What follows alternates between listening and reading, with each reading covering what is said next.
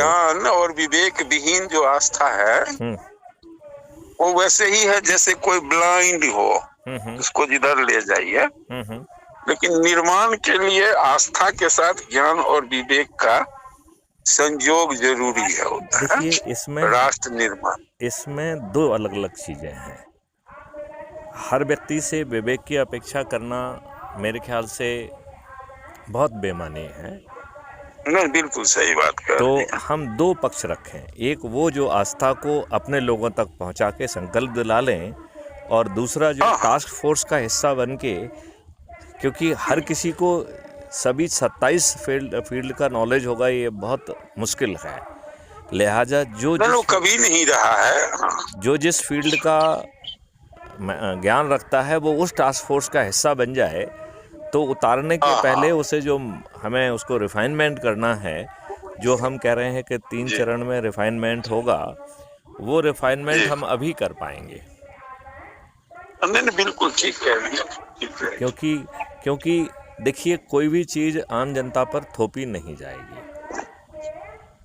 जी। तो उसको रिफाइनमेंट का मॉडल है और right up to the public.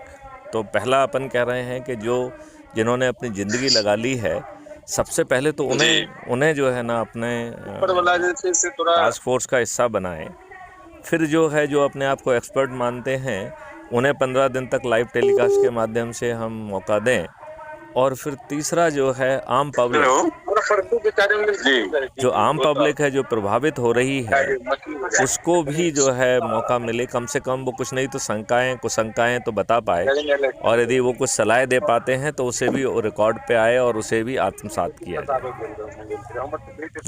और वो आ जाते हैं जब उनको फील होता है ना, जैसे गर्मी आती है तो फील होने लगता है, ठंडी आती है तो फील होने लगता है। जब चर्चा करेंगे और उनका जीवन प्रभावित होने वाला होगा, तो कम से कम उन्हें इस मॉडल में जो परोसा जा रहा है, कम से कम इतना विवेक तो जरूर होगा कि वे बता पाएँ कि साहब इससे हम नेगेटिवली इन्फ्लुएंस हो सकते हैं, तो इस चीज़ पे ध्यान दिया जाए और मेरी ये सलाह है।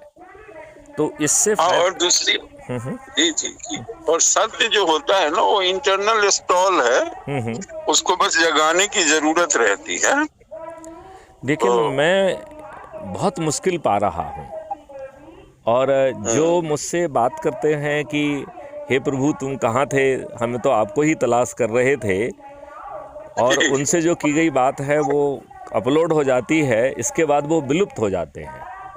इसका मतलब है कि जो वो अपने विचार रख रहे थे कि हे प्रभु तुम कहाँ थे, हमारा भी सोच यही है, हमारा भी चिंतन यही है।